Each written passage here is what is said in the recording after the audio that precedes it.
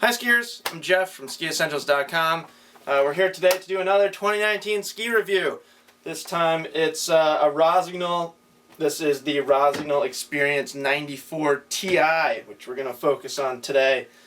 This is the widest and top-of-the-line model in Rossignol's new updated Experience collection. So let's take a step back here and talk about the history of the Experience line.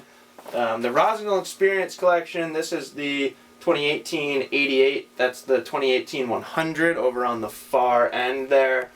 These skis have been around for a while. They've gone through some changes, but never really changes to the shape of the ski. And we're seeing construction and shape changes in these new skis. But anyways, the old Experience skis, they started as just wood core.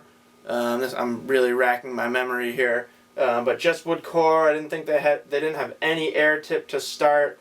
Then the air tip went in there.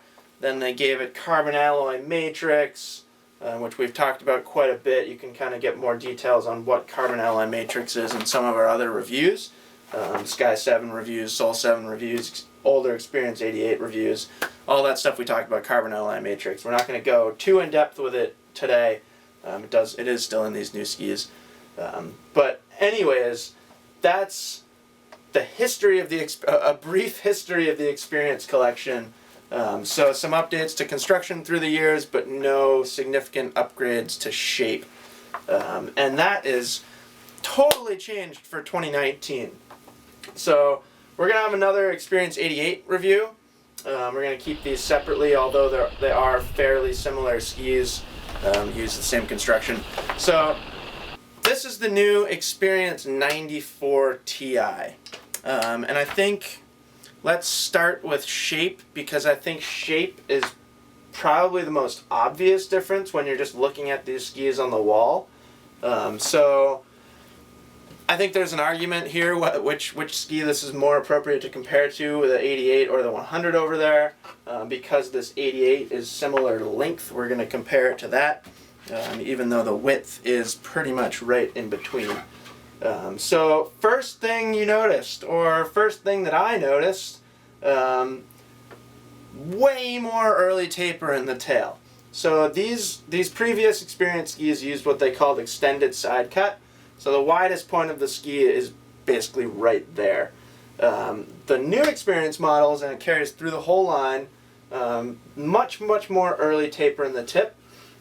We've seen similar tip shapes from other companies. You probably heard me talk about kind of that subtle, slow, early taper, and how good I think it is. But early taper tip here, early taper, a little bit more early taper in the tail too, but it's not quite as severe. I'm going to show you tail rocker profile so we can take a look at that when we do that. And then the tip rocker is also quite a bit different too.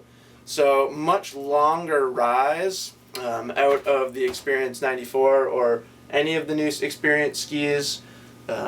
Basically the rocker starts about right there, as opposed to the old Experience models. It kind of started there, and if you decambered the ski you could get it to come back to about there. But the big difference is you don't have to decamber it nearly as much now. We'll take a look at the skis together so I can really show you what I mean. So 2018 Experience 88, you can see all that camber underfoot, and then not much tip rocker in the tip until you actually decamber the ski, and then hopefully you can see it starts rising off the snow. So interesting concept there, kind of as you're pressuring the ski, you're getting the camber or the rocker rather, to initiate. These skis, on the other hand, still quite a bit of camber underfoot, probably a little bit less, but you don't have to decamber it to get that rise out of the tip.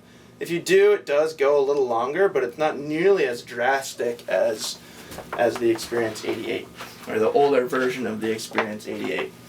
There's the tail shape on the new ski. A little bit of early taper, not quite as flat as the old tail. I'll show you the old tail here.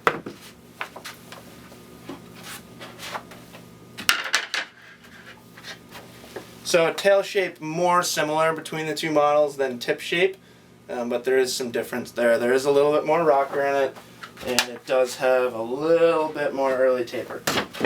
Again, like I said, not as significant as the tip, but it's there. So that's the big change to shape. There's also a progressive side cut. So the side cut kind of changes through the ski. Tighter turn radius in the shovel, longer turn radius in the tail, which basically accentuates the feeling of releasing your tail edge. But we'll get to that when we dive into performance. For now, before we do that, let's talk about construction, because there are some construction changes. Like I said, both of these skis use carbon alloy matrix still, but they now have what's called line control technology, which is a theme through quite a lot of Rossignol skis for 2019. So you'll be hearing more about line control technology from us.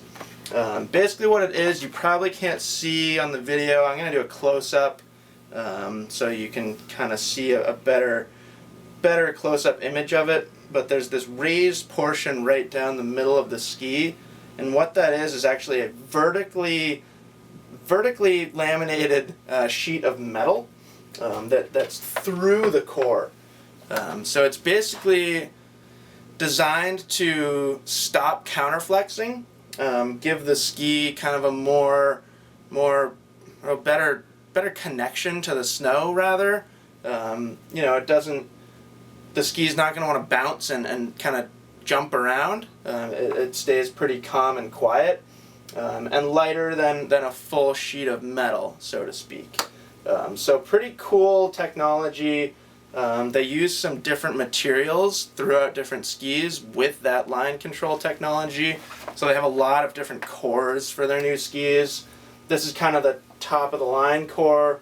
Like I said, it kind of relies on carbon alloy matrix and that vertical titanal strip. So combine all those things. Carbon alloy matrix is very responsive, gives the ski a lot of energy, and then that metal now, that strip of metal, really quiets the ski down and keeps it on the snow. So pretty cool changes to both shape and construction. The last thing that I'll say about construction and shape is there is a new tip shape and new tip idea. We already talked about tip shape, but new tip construction.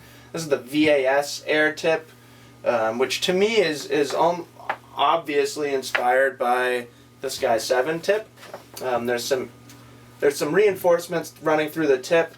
It's kind of a longer air tip than on the older versions of the Experience 88, so it reduces swing weight still, but these reinforcements keep it a lot quieter, much like it did on the 2018, the new version of the Sky 7 and the Soul 7. So all these changes, what does it do to performance? The old Experience models were always really good at carving. Great edge grip for what they are. They're not race skis. They're pretty wide for carving skis, but unbelievable edge grip. Always felt really responsive. Linked turns really well. Linked carving turns really well.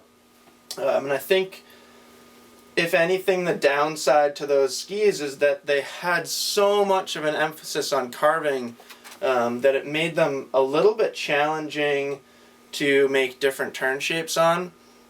Say you wanted to skid or smear or pivot some turns. Not the easiest ski to do that on by any means, with the full, well, almost full camber and that extended side cut. At times it was difficult to release the tail edge. You can do that much easier on this new ski, and I think it retains the carving performance of the Experience 88, Experience 100, whichever model you want to look at. The difference now is that carving feel really feels like it's happening underfoot. There's some other companies doing this right now. They're really kind of changing the way a ski feels where on the ski you're talking about. So underfoot, it holds an edge really well. It still feels really powerful. It still feels very stable. The difference is the tips and tails are so much more maneuverable now. and with that progressive side cut, you can release the tail edge so much easier that it's made it a much more versatile ski. I think it's hitting a much wider target of skiers, or many more different skiers, many more different types of skiers can enjoy this ski, where I think on the previous Experience skis it was always somebody who had a preference for carving. Now, you know, they can still rip carving turns, but you can take it into back bowls, into trees, into moguls, any kind of variable, soft snow, ungroomed, off-piste terrain, whatever you want to call it. To me, the new Experience models, 94 in particular, because that's what we're talking about right now, way more appropriate. Way easier, really, is kind of the better way to describe it. The Experience 100 in particular, mostly camber, full width tips and tails, 2 sheets of metal. That was always a handful of a ski. It had a pretty strong following, because there aren't very many skis that matched that level of aggressiveness in that waist width. Basically, if you wanted a burly carving ski that's 100 millimeters underfoot, that's your ski. A lot of that carries over into these new models, but I think they're way more versatile, much more forgiving overall, while still having a high performance feel. You know, I think anyone, regardless of where you ski, could really enjoy the 94, or maybe the 88 if you're not. Let me step back a little bit. The 94 compared to the 88, it's got a thicker core profile. So a stiffer ski definitely feels stronger, feels burlier, feels a little bit more demanding. But again, much more forgiving than the old Experience 100. But between these two skis, I think if you're a relatively advanced intermediate skier, wherever you live, there's an all-mountain ski option for you there. I think they're much more appropriate, like I was saying, in like Colorado back bowls, Utah, Tahoe, whatever western terrain is kind of your forte. And then also I think a little bit more appropriate around here. We live in Stowe, so we have some tight trees. I would say the Experience 100 was always a tough one to maneuver in tight trees, where this 94, a lot easier to pivot the ski, but you can still get back on trail and rip some carving turns on it. So pretty cool stuff. Bob St. Pierre, our shipping manager, who skied this quite a bit. There's a lot of footage of him skiing it in this video. He had a profound idea that if you took the previous shape and construction of the Experience skis, and then the shape and construction of the Sky or Soul, or mostly the shape from that line, and kind of mash them together, that's more or less what you get in this new Experience collection. And I think that's a pretty good way to think about it. Obviously not super cut and dry there. That there's more that goes into it than that.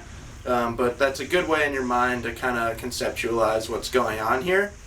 And this new 94, I think it's important to note that it's positioning itself, or Rossignol is positioning it, among a growing number of skis in the mid 90 millimeter waist width.